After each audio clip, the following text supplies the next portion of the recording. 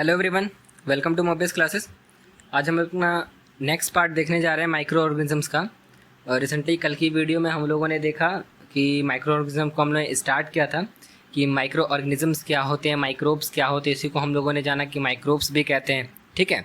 उसके साथ साथ हम लोगों ने पढ़ा कि माइक्रोबायोलॉजी क्या होता है, ठीक है, ये हम लोगों ने पढ़ा।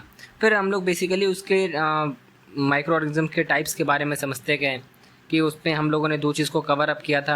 एक हमारा वायरस था, एक हमारा बैक्टीरिया, जिसमें हम लोगों ने वायरस के बारे में बताया कि उनका कैसे वो न्यूट्रिशन लेते हैं, पैरासाइटिक होते हैं। और हम बैक्टीरिया के बारे में भी जाना कि वो क्या करते हैं, वो हमारे बॉडी में इंटर तो करते हैं लेकिन वो खुद का अपना सेल वॉल बनाते हैं और खुद वो क्या करते हैं, वो हमारे बॉडी का न्यूट्रिशन को क्या करते हैं, प्राप्त नहीं करते। मतलब वो पैरासाइटिक नहीं होते, जिसकी वजह से वो उनको मेडिसिन से आसानी से क्योर कर लिया जाता है, ठीक है, अगर कोई डिजीज़ होती है बैक्टीरिया के ज़रिए। तो आज जो बेसिकली हम लोग देखेंगे फंगी, प्रोटोजोआ और अलगे के बारे में, ठीक है। बेसिकली आज यहीं तक हम लोग लेके चलेंगे। तो जब हम बात करते हैं फंगी की, ठीक है, तो फंगी की हम बात करते हैं तो फंगी जनरली होता है एक प्लांट लाइक ऑर्गेनिज्म होता है। क्या होता है? प्लांट लाइक ऑर्गेनिज्म होता है, जिनका क्या होता है, जिनमें सेल वॉल तो होते हैं, सेल वॉल होते हैं लेकिन क्लोरोफिल नहीं होते। सेल वॉल होते हैं लेकिन क्लोरोफिल नहीं होते। ये वहाँ पे मैं कुछ एक्स्ट्रा पॉइंट भी आपको बता रहा हूँ ताकि आपको थोड़ा समझने में हेल्प मिले। तो आपको मैं कहाँ पे यहाँ पे नोट डाउन कर दूँ, यहीं पे मुझे स्पेस मिलेगा, मैं यहीं पे पॉइंट को नोट डाउन कर दूँगा, ठीक है, ताकि आप इस चीज़ को समझ के चलो, ठीक है। तो आप ये समझिएगा कि फंगी वैसे प्लांट लाइक ऑर्गेनिज्म को हम कहेंगे जिनमें सेल वॉल होंगे, ठीक है, सेल वॉल होंगे, यानी कि सेल वॉल होंगे लेकिन लैक्स करते हैं, बट लैक्स व्हाट? क्लोरोफिल।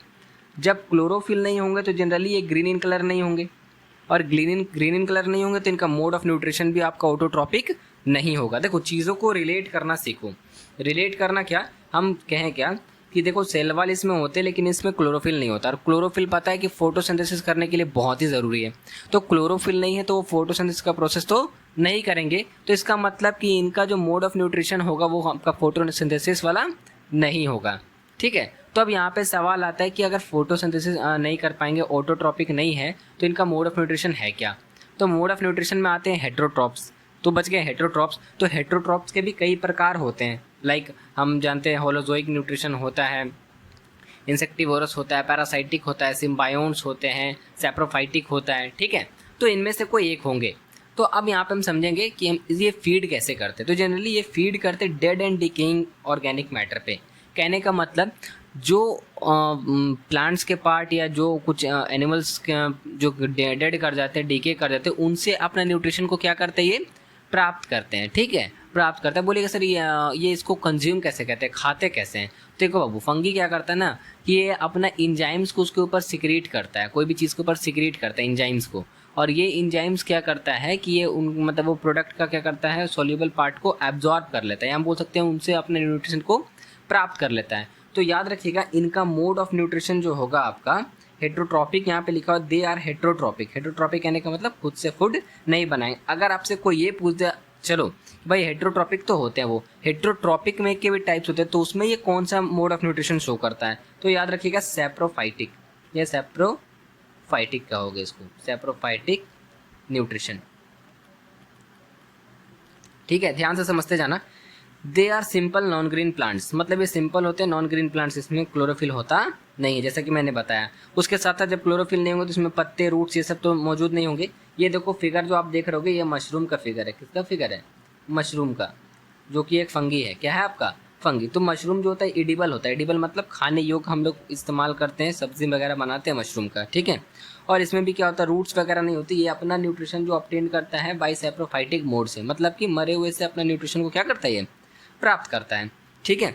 तो जनरली हम इसको कह सकते हैं, ये भी कह सकते हो कि ये पैरासाइटिक्स भी होते हैं। पैरासाइटिक मतलब आप समझ में आ रहा है कि ये पैरासाइटिक कहने का मतलब आप बोल सकते हो कि जिसमें ये होस्ट बॉडी पे डिपेंड करता है। तो यहाँ पे हम किसी के अंदर एंटर नहीं कर रहा ना, तो यहाँ पे इसको क्या बोलते हैं, पैरासाइट्स कहना सही नहीं होगा। तो आप यहाँ पे ये ना करके आप इसको क्या बोलोगे, सैप्रोफाइटिक बोलोगे। ये होगा यूनिसेलुलर। यूनिसेलुलर कहने का मतलब ये एक सेल का बना हुआ होगा। अब उसके साथ साथ एग्जाम्पल में आता है ब्रेड मोल्ड। देखिएगा जो ब्रेड के ऊपर वाइट कलर का जो लग जाता है ना, वो जिसको भुआ लगना बोलते हैं हम लोग हिंदी में, बिहारी भाषा में, तो वो आपका बताता है कि उसमें क्या हुआ, वो उसमें फंगी लग गया है। तो ये आपका एग्जांपल में ये फंगी का कुछ नाम है, मशरूम हो गए, एस्परगिलम्स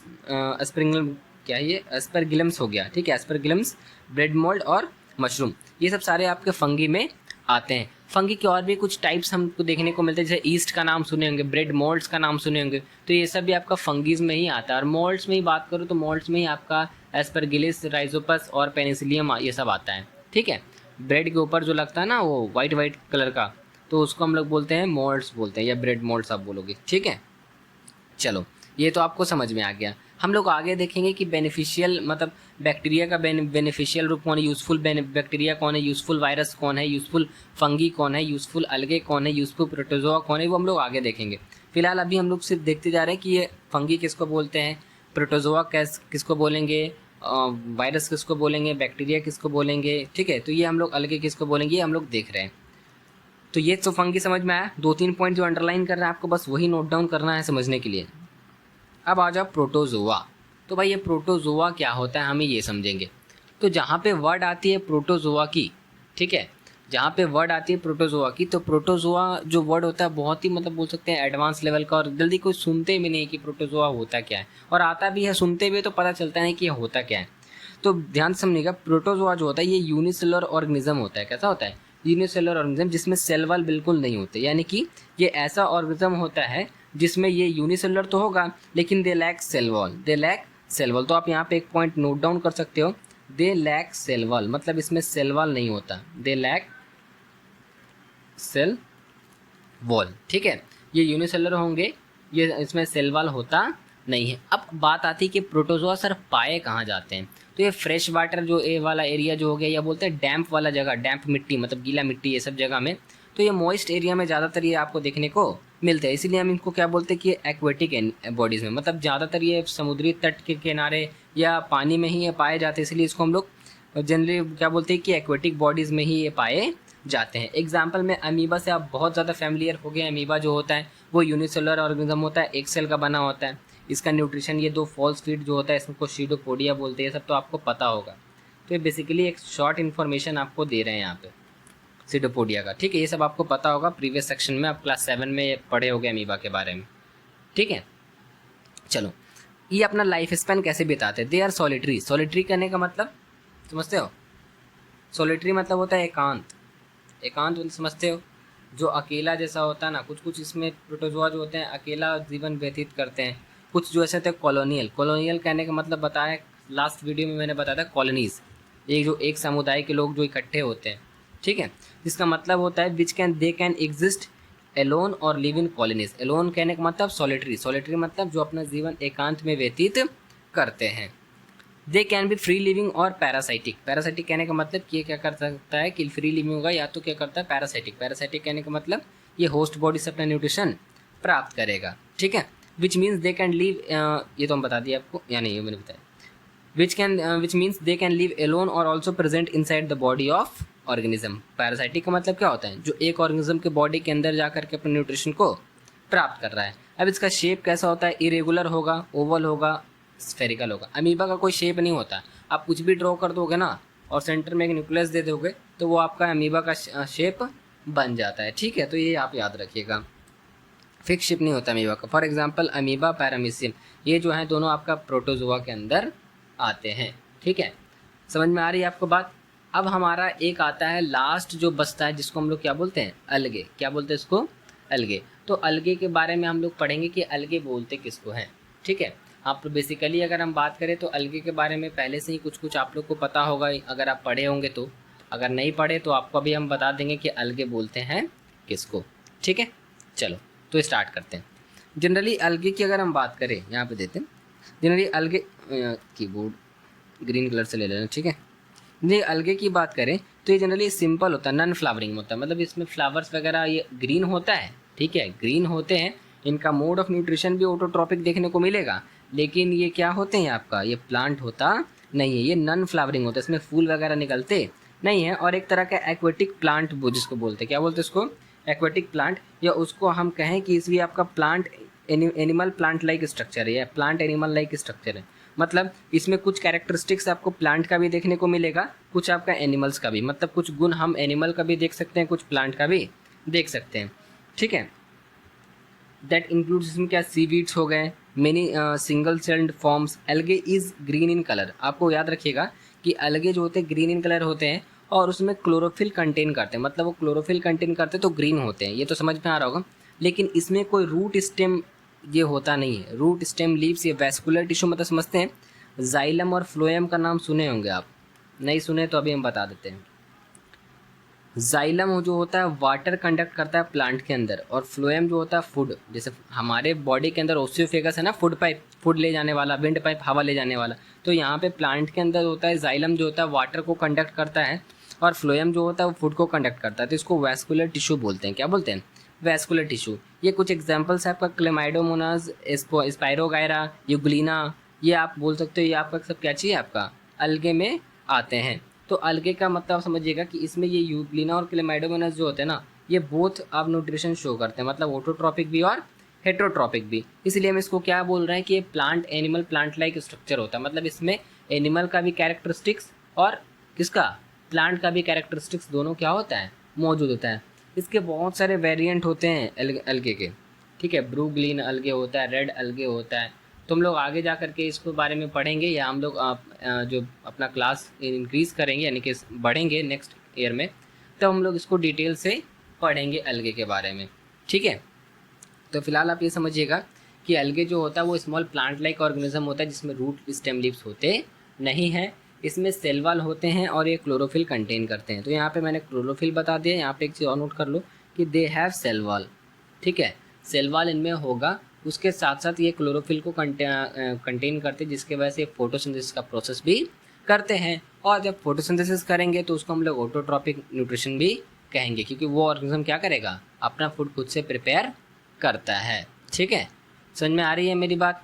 चलो, तो ये था कुछ अलगे के बारे में, ठीक है।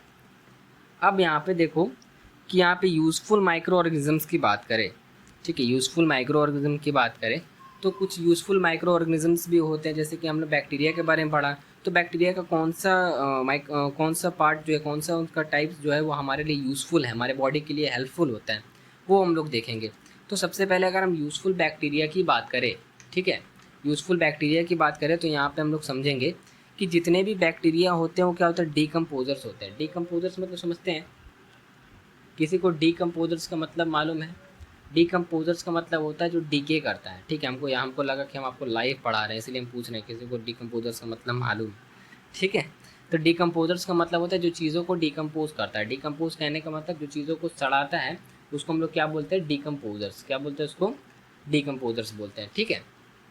तो यहाँ पे जनरली ये जो यूज़फुल बैक्टीरिया होते हैं ये क्या करता है, ये हेल्प करता है बहुत सी चीज़ों में, लाइक नाइट्रोजन फिक्सेशन में हेल्प करता है, डेड एनिमल्स को या डेड ऑर्गेनिजम्स को डिकम्पोज करने में हेल्प करता है। उसके साथ साथ जो हमारा फूड प्रोडक्ट्स का जो फॉर्मेशन होता है वो उसमें क्या करता है, उसको बनाने में क्या करता है, हेल्प करता है, ठीक है। तो ये हम बात कर सकते हैं कुछ यूज़फुल वो उनका बैक्टीरिया का यूज़फुल फैक्ट्स है, या बोल सकते हैं यूज़फुल बैक्टीरिया हैं जो हमारे निजी लाइफ में भी क्या कर रहे हैं, हेल्प कर रहे हैं। जैसे अगर हम बात करें फॉर्मेशन ऑफ फूड प्रोडक्ट्स में, लाइक कि दही का जमना, अगर हम कर्ड का फॉर्मेशन की बात करें तो लैक्टोबैसिलस एक बैक्टीरिया होता है जो कि क्या करता है, मिल्क को खट्टा बनाता है या कर्ड के रूप में कन्वर्ट करने में मदद करता है। उसी के साथ साथ वो जमाने का जो काम होता है ना, उसमें एक और बैक्टीरिया होता है, इसका नाम है स्ट्रेप्टोकोकस कोकी। ये आप नाम सिर्फ सुन के रख लो, अगर याद लैक्टोबैसिलस का नाम जान लो, स्ट्रेप्टोकोकस कोकी थोड़ा हाई चल जाता है, तो सुन के रख लो कि दही जो जम रहा है, हम लोग देखते हैं ना कितना टेस्टी लगता है, चीनी डाल के खाते हैं मस्त, हाँ। लेकिन जिस दिन देख लोगे ना वो माइक्रोस्कोप से, उस दिन दही को हाथ नहीं लगाओगे, ठीक है, क्योंकि वो उसका जो कोगुलेशन जो हो रहा है, जम रहा है, वो बैक्टीरिया की वजह से ही हो रहा है, ठीक है। अब देखो डिकम्पोजर्स का मतलब तो मैंने बता दिया, जो क्या करते हैं, फीड करते हैं dead and decaying organic matter को और डिकम्पोज करते हैं। और जब कोई भी ऑर्गेनिज्म जब सड़ेगा तो सड़ने के बाद उनके बॉडी से क्या होता है, न्यूट्रिएंट्स रिलीज होते हैं, ठीक है। उनके बॉडी से जो न्यूट्रिएंट्स होते हैं, पोषक तत्व रिलीज होते हैं, और वो कहाँ, मिट्टी में या एयर में चले जाते हैं। तो यहाँ पे जब कोई सड़ता है तो उससे नाइट्रोजन भी क्या होता है, रिलीज होता है। तो नाइट्रोजन फिक्सेशन एक वर्ड आता है, आप ये सुन लो यहाँ पे, नाइट्रोजन फिक्सेशन। नहीं होगा तो लास्ट के वीडियो में मैं आपको ये नाइट्रोजन फिक्सेशन बता दूंगा, बिकॉज 9th में ये टॉपिक बहुत ही इंपॉर्टेंट है और यहाँ से 5 मार्क्स का या 4 मार्क्स का क्वेश्चन ये कंटेन करता है, ठीक है। नाइट्रोजन फिक्सेशन क्या होता है, तो बस ये जानो कि अगर आपको कोई चीज़ खाने के लिए दे दे कच्चा, जब फिश की बात करें तो उसको हम उस रूप में तो कंज्यूम नहीं कर सकते। तो जिस रूप में हम हमारे हेल्थ के लिए वो यूज़फुल है, फिट है, मतलब कि जब उसको पकाएंगे तब हम लोग कंज्यूम करेंगे, ग्रहण करेंगे, तो उस चीज़ को हम लोग क्या बोलते हैं, नाइट्रोजन फिक्सेशन। नहीं समझ में आया? देखो, नाइट्रोजन एक ऐसा गैस है जिसको हम डायरेक्टली क्या कर सकते हैं, यूज़ नहीं कर सकते, वो यूजेबल फॉर्म में नहीं होता है। तो उसको यूजेबल फॉर्म में करने के लिए जो प्रोसेस होता है उसी को हम लोग क्या बोलते हैं, नाइट्रोजन फिक्सेशन बोलते हैं। क्या बोलते हैं, नाइट्रोजन फिक्सेशन। जैसे कि हम बात किए कि कच्चा फिश को हम लोग कंज्यूम नहीं कर सकते, तो उसको हमारे यूजेबल फॉर्म में लाने के लिए उसको हम पका रहे हैं। तो बस ये प्रोसेस जो हो रहा है ना, इसी चीज़ से हम इसको रिलेट कर रहे हैं आपको नाइट्रोजन फिक्सेशन से। तो नाइट्रोजन फिक्सेशन एक ऐसा प्रोसेस है जिसके ज़रिए हम नाइट्रोजन को क्या करते हैं, यूजेबल फॉर्म में कन्वर्ट करते हैं। ठीक है, जब हम डिटेल बताएंगे तब आपको ये समझाएंगे। तो ये नाइट्रोजन फिक्सिंग बैक्टीरिया जो होता है, ये नाइट्रोजन को फिक्सेशन करता है, मतलब ये सॉइल का फर्टिलिटी को बढ़ाने में क्या करता है, मदद करता है। उसके साथ साथ बैक्टीरिया जो होते हैं, ठीक है, वो क्या करता है, treating sewage and producing biogas from waste.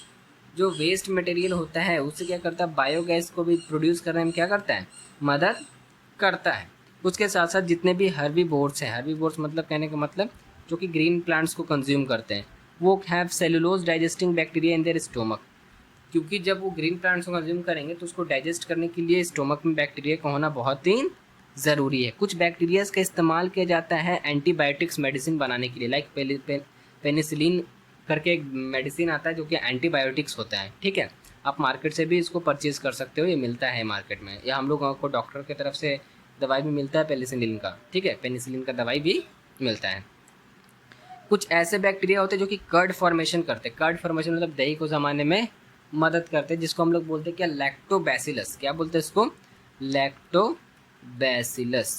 ठीक है, लैक्टोबैसिलस याद रखिएगा। लैक्टोबैसिलस जो होता है वो दही को मतलब जमाने का काम करता है, मतलब उसको खट्टापन उसमें लाता है, और जो उसमें जमाने का काम करता है ना, उसको हम बोलते हैं स्ट्रेप्टोकोकस कोकी। यहाँ पे लिख दे रहे हैं स्ट्रेप्टोकोकस कोकी। आप चाहो तो इसको याद रखोगे या डजेंट मैटर, लेकिन लैक्टोबैसिलस को याद रखोगे। ठीक है, ये कर्ड जो होता है आपका बैक्टीरिया लैक्टोबैसिलस होता है, जो कि क्या करता है, दही को जमाने में मदद करता है। तो ये कुछ बैक्टीरिया का यूज़फुल फॉर्म था जो कि हम लोगों ने जाना। अब फंगी की बात करें तो अब यहाँ पे कोई बोलिएगा सर यहाँ पे वायरस को छोड़ दिए।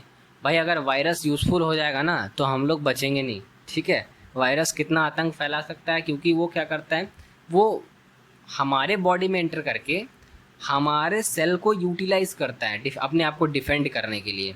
मतलब जब कोई हम मेडिसिन कंज्यूम करेंगे ना तो क्या करेगा, हमारा सेल ही डैमेज होगा। बस ये समझिएगा शॉर्ट फॉर्म में। जब आप लोग क्लास 9 में जाओगे तो भी इसको हम आपको डिटेल तरीके से वायरस के बारे में समझाएंगे कि क्या ये वायरस कैसे रोल प्ले करता है हमारे बॉडी में, किस तरीके से एक्ट करता है। ठीक है, चलो अब आ जाओ फंगी पे।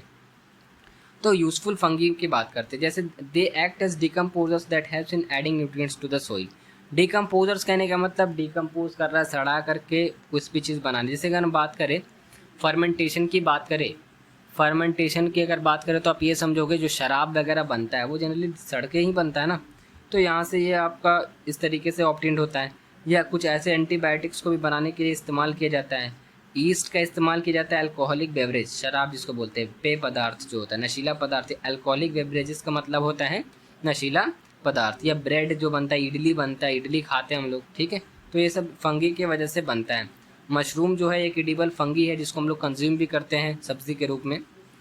और देखिएगा कुछ ऐसे भी फंगी होते हैं जिनको रिसर्च के लिए, साइंटिफिक रिसर्च के लिए इस्तेमाल किया जाता है। ठीक है, यहाँ तक समझ में आया। चलिए अब यूज़फुल अलगे देख लेते हैं। आज का टॉपिक यहाँ तक लास्ट रहेगा। ठीक है, फिर हम लोग नेक्स्ट डे में इसको कवर अप करेंगे।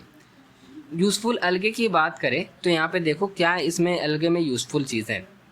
तो जैसे मैंने बताया कि अलगे जो होते हैं ग्रीन इन कलर होते हैं, उनका मोड ऑफ न्यूट्रिशन ऑटोट्रॉपिक होता है भाई, क्योंकि उसमें क्लोरोफिल होते हैं और वो फोटोसिंथेसिस का प्रोसेस करते हैं। ये तो आपको समझ में आ गया। ठीक है, तो ये हेल्प करते हैं, क्या करते हैं, फूड को सप्लाई करने में। जो एक्वेटिक एनिमल्स होते हैं ना, उनको उनमें फूड को सप्लाई करने में क्या करते हैं, मदद करते हैं। क्योंकि यहाँ पे क्या होता है, और ये उसके साथ साथ क्या करते हैं, ऑक्सीजन गैस को भी प्रोड्यूस करते हैं। अब बोलो भाई कि ये कैसे सर ऑक्सीजन गैस को प्रोड्यूस करते हैं, तो एक सिंपल सा उदाहरण, जब प्लांट्स क्या करता है, कार्बन डाइऑक्साइड और वाटर लेता है, और वाटर सनलाइट और क्लोरोफिल के प्रेजेंस में, तो ये बनाता है C6H12O, जिसको हम लोग बोलते हैं ग्लूकोज। उसके साथ साथ ये 6O2 ये देता है, ये जो हमारा क्या है, हमारा ऑक्सीजन। मतलब पेड़ कार्बन डाइऑक्साइड ले रहा है और ऑक्सीजन हमें प्रोड्यूस करते जा रहा है, ऑक्सीजन प्रोड्यूस करते जा रहा है। इसीलिए प्लांट्स हैं तभी तक हमें ऑक्सीजन मिलेगा बउआ। प्लांट्स को या ट्रीज़ को हम लोग काट रहे हैं तो हम अपना खुद का नुकसान कर रहे हैं, क्योंकि वो क्या कर रहा है, वो आपका देखते समझ लीजिए वो एयर प्योरीफायर है। वो एयर को मतलब ऑक्सीजन जो आप हमारा कार्बन डाइऑक्साइड जो हम इम्प्योर गैस को हम रिलीज़ कर रहे हैं उसको इनटेक कर रहा है और हमें प्योर फॉर्म ऑफ गैस क्या कर रहा है, प्रोवाइड कर रहा है। तो यहाँ पे जब अलगे फोटोसिंथेसिस करेगा तो उसके साथ साथ तो ये तो ऑक्सीजन रिलीज़ करेगा ही। तो यहाँ पे जो ऑक्सीजन गैस रिलीज़ करता है ये यूज़ किया जाता है किसके ज़रिए, रिस्पायरेशन का प्रोसेस को करने के लिए।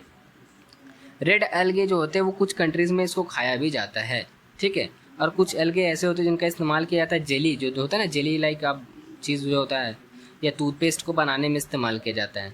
कुछ अलगे ऐसे भी होते हैं जिस लाइक हम जब बोलते हैं इसको ब्लू ग्रीन अलगे, जो कि क्या करता है उसमें नाइट्रोजन की मात्रा क्या होती है, भरपूर होती है, जो उसका सॉइल में इस्तेमाल किया जाता है सॉइल का फर्टिलिटी को बढ़ाने के लिए।